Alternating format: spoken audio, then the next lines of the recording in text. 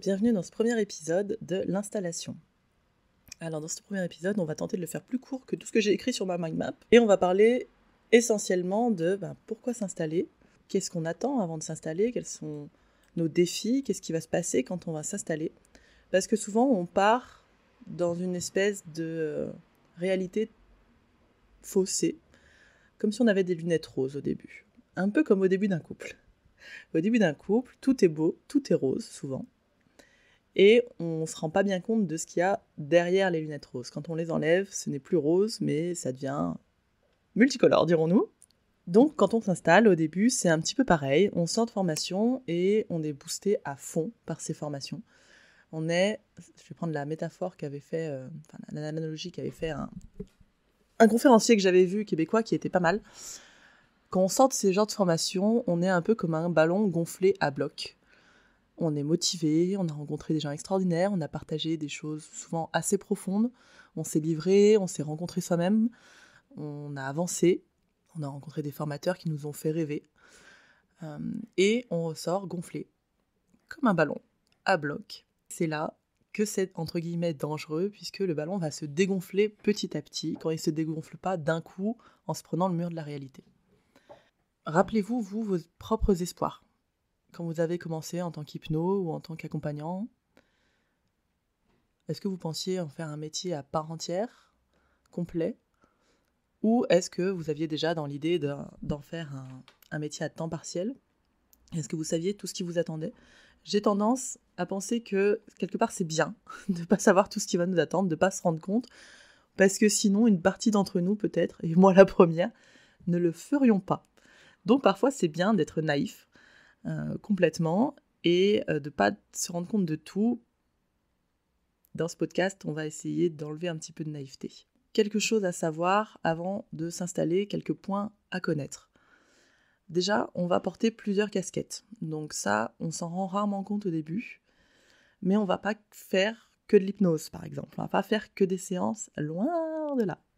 Donc il y aura d'autres casquettes. Il y aura le gestionnaire comptable, la meilleure des casquettes, donc le temps de faire nos facturations, de faire nos déclarations URSSAF. Alors ça peut ne pas prendre beaucoup de temps, mais à partir du moment où on passe un certain stade, on va commencer à déclarer la TVA et tout de suite on augmente le temps de déclaration, vérifier qu'on est dans les normes, etc., que ce soit sur les sites internet, donc se tenir au courant de la légalité, de la législation. Donc ça prend un petit peu de temps, c'est pas ce qui va en prendre le plus. Mais on aura aussi donc la casquette évidemment d'accompagnant. On va avoir la casquette de superviser, on va se faire superviser, ça va prendre du temps, on va continuer sûrement à se former, ça va prendre du temps, donc on va rester au stagiaire aussi. Et on va prendre la casquette que peu de gens ont envie de prendre, et pourtant, ça ressemble tellement au développement personnel, c'est normal, c'est dommage de ne pas la prendre plus. C'est la casquette de marketeur, c'est-à-dire qu'il va falloir prendre, et surtout au début, un bon temps, un bon pourcentage de votre temps pour développer l'activité. Et ce pourcentage, il va rester quelque part assez stable, puisque au moment où on arrête de faire ça, la plupart du temps, c'est pas que ça s'effondre, mais ça ralentit l'activité. Quand on ne fait plus de com', il y a moins d'activité. C'est logique, me direz-vous, mais on a tendance à faire beaucoup de com' d'un coup, les graines poussent, et ensuite on arrête en disant c'est bon, ça va, je peux arrêter le truc qui me saoule. Raté.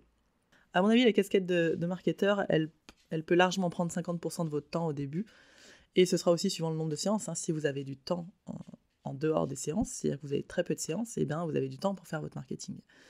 Faire votre marketing, c'est donc aussi vous former à ça. Lâcher les formations outils, des trucs comme ça, et commencer à faire des formations de marketing. Parce que vous allez en avoir besoin tout le temps. À savoir également, c'est qu'il va y avoir une certaine solitude quand on est entrepreneur, c'est-à-dire qu'on est quand même beaucoup tout seul, devant notre écran, pour faire de la com, pour ceux qui font de la com digitale, tout seul pour aller rencontrer des gens. Alors si vous faites du réseau, on est moins tout seul et c'est très agréable. Et tout seul dans nos séances, donc difficile des fois de se rendre compte de ce qu'on fait bien et pas bien, donc la supervision intervient. Mais c'est un job essentiellement solitaire, où il faut trouver d'autres personnes qui nous ressemblent, qui ont un tout petit peu plus avancé que nous, des personnes qui ont un peu moins avancé que nous, des groupes variés, pour pouvoir aider d'autres personnes, se faire aider, etc. On a vraiment besoin de ça, de ne pas rester seul, c'est difficile. Pourtant, moi, je suis quelqu'un qui aime être seul, je suis quelqu'un de grotte. j'aime ma grotte, mais il y a un moment, c'est trop difficile de ne pas avoir d'autres personnes qui comprennent les défis qu'on est en train de vivre, parce qu'il y en a un certain nombre. Il faut savoir aussi que c'est des métiers d'incertitude financière, à part à un certain niveau, et qui demandent donc des fois un certain temps. Je ne vous vendrai pas qu'en 3-4 mois, vous allez avoir 80 séances au mois. Et je ne dis pas que c'est impossible, loin de là, parce que quand on met l'énergie pour, c'est possible. Mais cette énergie, il faut l'avoir, puis il faut avoir le temps pour. Donc tout le monde ne le fera pas. Donc il est très possible qu'il y ait pas mal d'incertitudes financières, c'est-à-dire qu'il y a des mois qui marchent de folie, et puis il y en a qui marchent beaucoup moins. Et alors, va comprendre pourquoi, parce que des fois, c'est même pas lié à ton marketing, ça va être lié à ce qui se passe dans le monde, ça va être lié à d'autres personnes qui se sont installées autour de toi, ça va être lié à tellement de choses qu'on peut pas définir exactement. Donc cette incertitude, elle est là dans beaucoup de choses, dans nos séances, dans notre marketing. Donc, il faut prendre en compte que ça fluctue les revenus, et que des fois, il n'y en a pas. Et ça peut faire peur. Mais il faut être prêt à ça, à mon avis. L'oiseau de mauvais augure. Podcast sombre ce matin. Donc, il faut être prêt à ça, parce que comme ça, on met en place des plans B. C'est-à-dire que si ça arrive, qu'est-ce que se fait, quoi. Et on se prépare d'avance à la possibilité de prendre, si on s'est mis à fond, de prendre un taf à mi-temps alimentaire. Et c'est pas un problème. Ça, je le vois énormément, mais on y reviendra. Les personnes qui sont, entre guillemets, obligées de reprendre un taf alimentaire vivent ça comme un échec, je peux le comprendre, il n'y a pas de souci, parce qu'on s'est mis à fond dans un truc, ça n'a pas marché comme on voulait, voilà. Mais le problème, c'est souvent plutôt l'attente qu'on avait au départ. C'est difficile de lancer une boîte, même si c'est des petites boîtes à notre compte, avec pas d'employés, c'est pas si facile, et on se prépare pas au fait qu'on doit peut-être des fois faire des plans B, et c'est pas grave, et on n'est pas un moins bon hypno à cause de ça, et les gens qui ont 80 séances ne sont pas des meilleurs hypnos que nous, parce qu'ils ont 80 séances, parce qu'on peut faire de la merde pendant 80 séances sans problème. En effet, on apprend plus on est sur le terrain, plus on apprend, on va pas se mentir, plus on fait des séances, plus on apprend, mais c'est pas parce qu'on prend un taf à côté qu'on est moindre. Donc, incertitude financière, parfois il va falloir dealer avec un marché qui est potentiellement concurrentiel, je ne pense pas qu'il soit saturé, mais il est extrêmement concurrentiel actuellement. Donc, ça va falloir trouver sa différence, arriver à se différencier, arriver à se faire connaître. Comme je vous disais, donc de l'incertitude dans les séances aussi. Et ça va vous demander, c'est un métier qui va demander de continuer à se former beaucoup. Donc, qui va demander aussi des finances pour ça. Et de devoir gérer vos propres attentes. Donc là, ça va être vos doutes, vos manques de confiance, vos manques d'estime, etc. Notamment en séance. Et notamment dans les séances qui ne, entre guillemets, marchent pas. C'est-à-dire que vous ne voyez pas de résultats directs. Ça, c'est aussi beaucoup les attentes du début. C'est waouh, en 2 séances, ça va transformer la personne. Parfois, ça arrive, c'est rare. Voilà, il va falloir gérer vos propres doutes et vos propres attentes irréalisables et vos propres positions de pouvoir, parfois, qu'on a tous pris à un moment ou à un autre, je pense. Vos Dunning-Kruger, vos effets Dunning-Kruger. Et donc, ça va demander pas mal de taf aussi personnel. Donc voilà les différents points qu'il y a, à mon avis, à connaître avant de s'installer. Point sympathique, il faut aussi savoir que c'est un métier génial. C'est un super métier qui demande beaucoup d'énergie, beaucoup d'investissement, mais c'est un super métier. Alors, deuxièmement, à quel moment est-ce qu'on va être prêt ou prête à s'installer ? Question ultra difficile, puisque ça va dépendre de chaque personne. Mais j'ai essayé de regrouper quelques signes qui pourraient montrer qu'on est fait, on est prêt, prête, et des signes qui diraient peut-être attendons, peut-être faisons autre chose en attendant, peut-être continuons à nous former.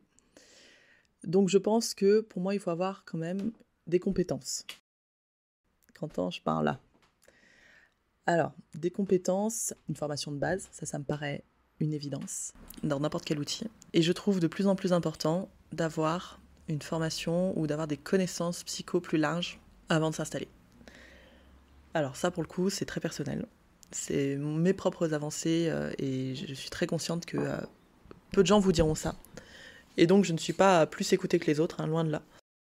Moi, je pense qu'il faut aller plus loin que l'hypnose. Il faut être plus large, avoir d'autres outils que ça. Mais on peut s'installer avec que l'hypnose. Et là, on le reviendra dans le podcast de cadre. Ça va demander de bien cadrer les demandes qu'on accepte en séance. Donc je pense qu'il faut avoir des compétences élargies, c'est-à-dire un outil, mais pas que un. Un outil, c'est trop peu. Et on va reprendre la célèbre phrase si on n'a qu'un marteau, tout devient un clou. Et en hypnose, c'est un peu ça, on s'arrête là-dessus, même si on nous vend qu'on peut tout faire avec, ce qui est faux. Eh bien, si on n'a que ça, on est très limité, et surtout on est très limité pour comprendre l'humain qu'on a en face de nous.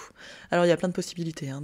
Il y a des formations en psycho, il y a des formations de questionnement, il y a des formations de compréhension de l'humain, un petit peu comme celle de Laurent Bertin, pour ceux qui ne connaissent pas, qui est une formation très bien pour commencer à voir un petit peu autrement que juste par le prisme hypnose et dev perso, parce que le prisme dev perso a des côtés très négatifs et des injonctions de réussite, de version 2.0 de nous-mêmes, on peut tout faire. Si quelqu'un l'a fait dans le monde, alors moi aussi je peux le faire, ça c'est très PNL. Donc il faut arriver à remettre ça en question. Alors ça ne viendra peut-être pas tout de suite, mais il faut partir, à mon avis, j'ai beaucoup dit il faut, hein, c'est bien de partir dans cette optique quand on commence. C'est-à-dire que peut-être qu'on ne va pas tout faire d'un coup, en effet, hein, c'est difficile de se former tout d'un coup, mais de partir dans l'optique qu'on ne va pas rester que sur l'outil hypnose avec nos 30 jours de formation, c'est très limité, hein, 30 jours de formation pour accompagner des humains. C'est bien, pour les humains qu'on accompagne, et pour nous-mêmes. Mais j'entends souvent oui, moi j'ai la flemme de faire psycho en 5 ans, ou j'ai pas le temps de faire psycho en 5 ans, et il y a cette urgence à se reconvertir. Sauf que on a un métier où les choses des fois ne vont pas vite. Souvent ne vont pas vite. C'est bien qu'elles n'aillent pas vite. Et surtout, on a un métier qui est complexe, parce qu'on travaille avec de l'impalpable, on va dire, avec la psyché humaine, qu'on a du mal à comprendre. Le cerveau, on a du mal à le comprendre encore actuellement. Les recherches sont au tout début, on va dire, de tout ce qui est neurosciences, etc. Donc, rester sur un outil pour tout faire, à mon avis, c'est très limite. Et pour moi, on n'est pas loin de la faute professionnelle. Oui, j'exagère maintenant. Je suis dans l'exagération, je m'en fous. Partir dans cette idée d'avoir une première compétence assez solide et dans l'idée d'en développer d'autres qui soient connexes me paraît très important. Partir dans l'idée aussi que vous avez un backup, c'est-à-dire que vous avez la supervision derrière au cas où ça merde. Ça me paraît être un bon signe que vous êtes prêt, c'est une espèce de maturité émotionnelle de vous rendre compte que vous n'allez pas pouvoir tout faire tout seul. Vous rendre compte qu'il va falloir quelqu'un derrière, que des fois les séances vont être compliquées, arriver à sortir un peu comme on disait au début, de l'effet Dunning-Kruger et prendre du recul sur vos pratiques assez vite. Et c'est difficile de le faire vite, puisque quand on sort vraiment de formation, on est à fond dedans, et c'est difficile parce que sortir d'un rêve éveillé est compliqué.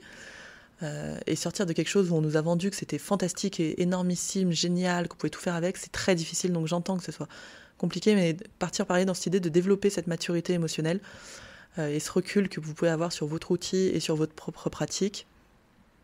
Bon plan. Bien. Si vous êtes aussi dans le doute, alors pas l'extrême doute qui vous empêche de tout faire, mais si vous doutez, je trouve que c'est un bon signe pour dire que vous êtes prêt à vous installer. Le doute est bien, est bon, et le doute, il faut juste y répondre en se formant, en apprenant, en questionnant, en demandant à des gens, pas en restant dans son doute et en se bloquant dedans, mais pour moi c'est un bon signe. Et avoir une espèce de clarté sur comment vous allez vous développer, avoir préparé ça, ne pas se lancer tête la première, et encore. C'est bien aussi des fois de se lancer tête la première, mais avoir de la clarté sur le développement de votre activité à 1 an, 3 ans, 5 ans, c'est intéressant. Ça se passera rarement comme vous l'avez décidé. Moi j'ai repris il n'y a pas longtemps ce que j'avais écrit il y a 8 ans sur le développement de mon activité dans les 1 et 3 ans, je crois que c'était. Et on n'est pas du tout sur le concept, c'est pas du tout ce qui s'est passé, mais il y avait des plans mis en place au cas où. Vous allez entendre, en fait, c'est toutes mes peurs à moi que vous entendez dans les podcasts. Une petite préparation logistique, dirons-nous. Si vous avez un réseau de soutien, j'en ai un petit peu parlé là, mais voilà, des soutiens, que ce soit des soutiens amicaux, familiaux, professionnels, des gens qui pourront vous aider, c'est très important aussi pour commencer, parce que ça peut être un peu dur de commencer, donc avoir du soutien, c'est chouette.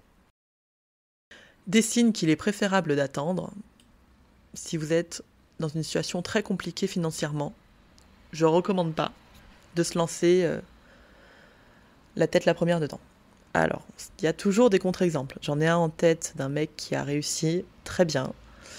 Enfin, je trouve qu'en tout cas, il y a une très belle évolution de ce qu'il a fait en 1 an et quelques, là. Il a des clients, il vit de ça, partait de rien, et il a tout lâché pour aller à fond dedans. Le fait de tout lâcher, moi je fonctionne un peu là-dedans, c'est quand j'ai plus le choix, le coup de brûler ses bateaux, on n'a plus le choix, on avance. Ça marche. Mais ça marche pour des gens, des fois, qui ont des contextes, je le redis encore une fois, particuliers, pas d'enfants, des crédits qui s'autofinancent, enfin, je sais pas, ça va, quoi. Des familles, des fois, qui sont derrière. Personnellement, c'est aussi ça qui me permet de lancer. C'est que quand on a des contextes aidants derrière, c'est plus facile. On se dit que si on se ramasse, il y aura toujours quelqu'un pour nous ramasser aussi. C'est beaucoup plus facile.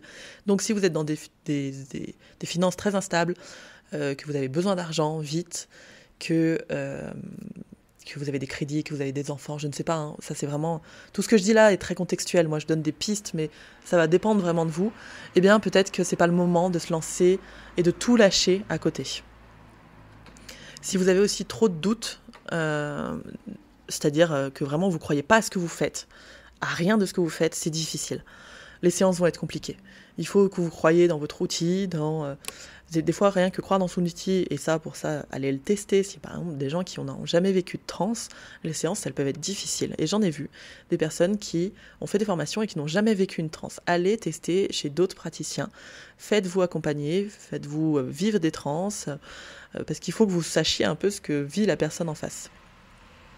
Bon, évidemment, si vous avez des trop gros problèmes personnels, pas réglés du tout, et que vous rencontrez ces mêmes problèmes en séance, c'est difficile, mais là on reviendra sur la notion de cadre, c'est-à-dire de ne pas accompagner ce que vous n'êtes pas en capacité d'accompagner, tout simplement.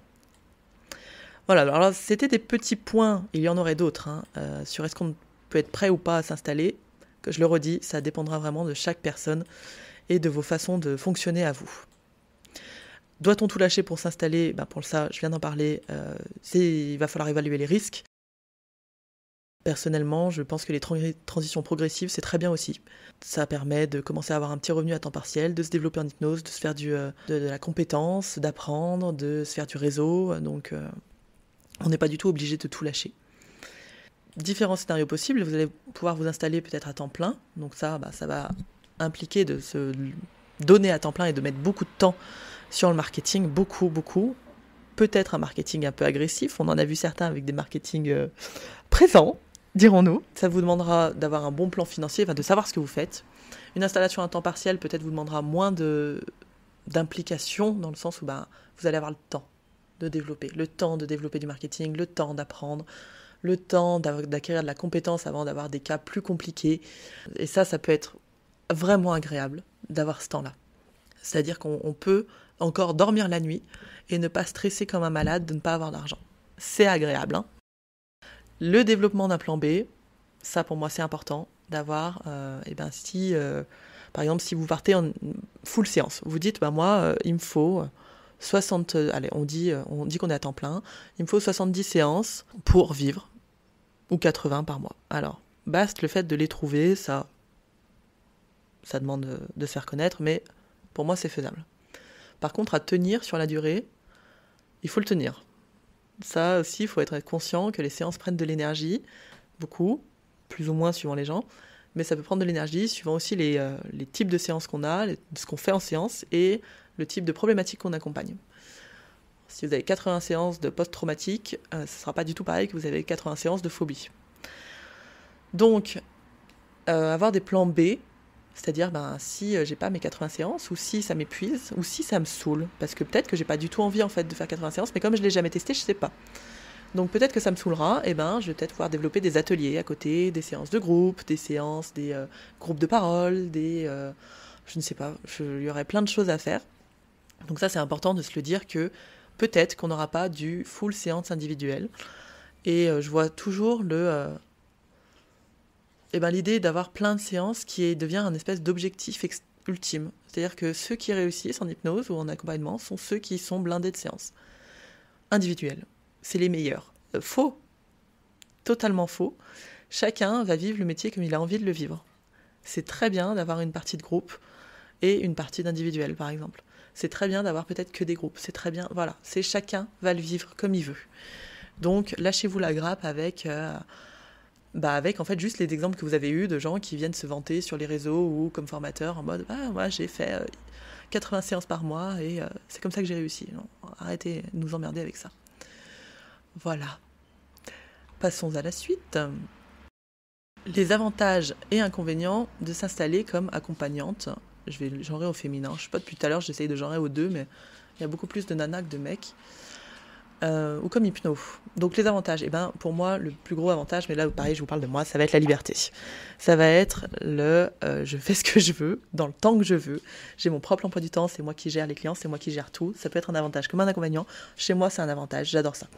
J'ai énormément de mal à travailler avec des patrons parce que j'attends autant des patrons que ce que j'attends de moi, donc je suis très exigeante. Et surtout, je suis déceptible. On peut me décevoir très très vite. J'ai vraiment du mal. J'ai un problème de tolérance dans ma vie. Et j'ai du mal à accepter l'incompétence ou l'échec ou par exemple quelqu'un qui me dirait quelque chose mais qui ne le fait pas. Ça, en tant que patron en tout cas, surtout, là je parle en tant que patron, j'ai du mal. Donc j'ai besoin d'être mon propre patron. Et ça, c'est génial pour moi. C'est une liberté qui est incroyable et qui va avec la prise de responsabilité. En plus, faut aimer ça, les responsabilités. Il faut aimer ne pas tout mettre sur le dos des autres, sur le dos du marché, sur le dos de la concurrence, de Michel qui est venu s'installer juste à côté de moi. Et vraiment, c'est pas juste. C'est comme ça. Voilà. C'est variable. C'est pas stable. Faut aimer ça aussi. Faut aimer le changement. Faut aimer devoir se réadapter à chaque fois, trouver des solutions. Aimer chercher des solutions aux problèmes. Je pense que c'est important. Évidemment, les avantages, c'est que ça a un impact sur les autres, sur ceux qu'on va accompagner, pas sur tous, évidemment. Mais on a une espèce de sens qui va se créer. Je pense que l'ego est nourri, quelque part, dans un gros quelque part, d'avoir un impact sur l'autre, de sentir qu'on a pu aider quelqu'un, c'est nourrissant. Et ça, faut pas se le cacher. Faut arrêter avec l'altruisme. Oh non, c'est juste pour les autres, oui. Enfin, c'est surtout pour toi. Ça, c'est un gros avantage. Le gros autre avantage, c'est qu'on apprend à se connaître, à se comprendre, qu'on avance avec soi-même, à s'accepter, à s'aimer. Et je trouve que c'est un chouette voyage aussi personnel, d'aider les autres. Ça nous remet souvent en question et ça nous permet de grandir. Donc moi, c'est les gros avantages que je vois à ces métiers. Les inconvénients, l'incertitude financière, on en a parlé. C'est pas toujours facile à vivre. Une grosse solitude parfois. Donc de se retrouver tout seul, de ne pas avoir de collègues, de machine à café pour aller papoter, se plaindre, juste faire sa victime, comme on aime bien tous le faire des fois, en disant putain c'est vraiment que de la merde. Beaucoup de pression avec soi-même, donc j'en parlais un peu dans la responsabilité, ça va avec, il y a de la pression. Il y a de la difficulté, il y a des hauts et des bas, il y a des moments de joie intense et des moments de vais-je y arriver quoi. Beaucoup de doutes, d'incertitude, et d'incertitude pas que dans vais-je y arriver, mais dans les séances. Est-ce que j'ai fait assez bien ? Est-ce que j'ai pas amplifié un problème ? Est-ce que je fais pas de la merde ? Est-ce qu'il n'y aurait pas d'autres professionnels qui seraient meilleurs que moi pour l'aider ? Est-ce que comment je la renvoie vers cette personne, vers un psycho, un psychiatre, parce que je suis pas capable de le traiter. Enfin voilà, il va y avoir beaucoup de choses qui vont venir se jouer là-dedans. D'où l'importance du réseau, d'où l'importance de la supervision. Donc moi, ce que je vous encourage à faire, ça va être de rejoindre des groupes professionnels, des réseaux, des communautés, pour pas être toute seule quand vous commencez. Souvent, on a nos copains de formation, et c'est bien. Malheureusement, parfois, nos copains de formation sont ceux qui galèrent autant que nous, donc on peut rester dans des espèces de boucles assez négatives. N'hésitez pas à aller voir aussi ailleurs, à aller voir d'autres groupes, des groupes de gens qui, eux, ont plus avancé, qui ont plus des séances, qui ont plus réfléchi, qui ont vécu d'autres choses. C'est chouette aussi d'être avec des gens qui ont avancé plus que nous, et des gens qui ont moins avancé que nous, ça je le disais aussi, parce qu'on peut les aider, et que ça, pareil, aider les gens, créer un sens, créer quelque chose, on n'est pas inutile. Entourez-vous de personnes variées, diverses et variées, et puis de personnes aussi qui ne sont pas dans ce métier. C'est bien d'avoir des entrepreneurs qui n'ont rien à voir avec nous, et qui ne se prennent pas la tête comme nous on se prend, qui ont d'autres visions du marketing, d'autres visions du développement d'une boîte. C'est très important, à mon avis, d'avoir des gens comme ça qui vivent les choses différemment de nous. Voilà pour ce podcast, hyper motivant, n'est-ce pas ? Donc pour terminer sur une note un peu plus positive, s'installer pour moi c'est vraiment génial, c'est top. J'ai adoré ce métier, je l'aime toujours, moins qu'avant. Mais je l'aime toujours et je pense que je le garderai toujours avec une temporalité différente, plus à mi-temps qu'à plein temps. Ces 8 années de plein temps, 8, 9, je sais plus, 10, je sais plus. 10 années de plein temps ont été géniales. Je me suis éclatée, encore c'était même pas de plein temps séance, c'était plein temps séance, groupe, formation, atelier. Et c'est marrant parce que François comme moi, donc mon mari comme moi, ça fait une dizaine d'années qu'on est dedans, qu'on est installé. et ou qu'on fait des séances et que, je sais pas, on fait des espèces de retour en arrière, de feedback de ces 10 ans. Ça doit être des cycles. C'est des métiers intenses, intéressants, passionnants, de rencontres, de doutes. Je vous encourage, si vous aimez ça, à le faire. Tout le monde ne sera pas capable de vivre ces doutes-là, ces incertitudes, et c'est pas grave. Prochain épisode, nous verrons les débuts pour s'installer. Qu'est-ce qu'on fait concrètement pour s'installer? Est-ce qu'on cherche un cabinet? Qu'est-ce qu'on fait avec l'URSSAF, etc., etc. Je vous souhaite à toutes et à tous une belle journée et prenez soin de vous.